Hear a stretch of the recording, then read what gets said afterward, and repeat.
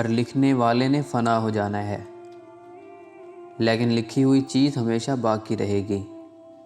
تو تو اپنے ہاتھ سے ایسی چیز تحریر کر جس کو قیامت کے دن تو دیکھ کے خوش ہو جائے۔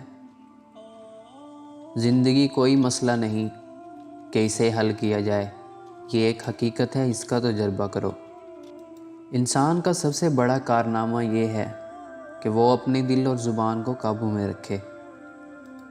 اگر ہم سے غلطی ہو جائے تو ابلیس کی طرح دلیر نہیں ہونا چاہیے، بلکہ معافی مانگ لینی چاہیے، کیونکہ ہم ابن آدم ہیں، ابن ابلیس نہیں۔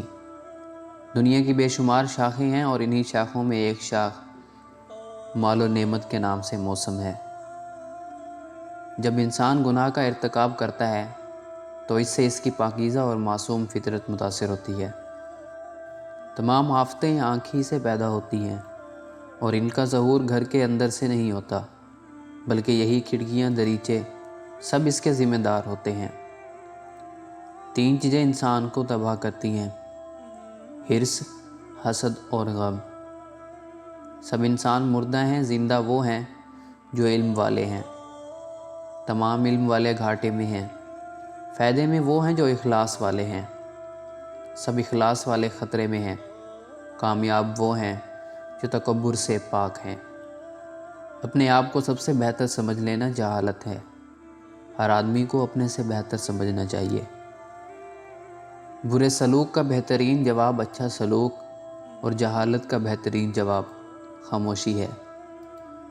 خالق سے ایسا معاملہ رکھو جیسا کہ تم اپنے لیے اپنے غلام سے کرانا چاہتے ہو۔ کسی شخص سے اللہ تعالیٰ کی خاطر دوستی یا بھلائی کرنا بہت بڑی عبادتوں اور بلند مقامات میں شامل ہے۔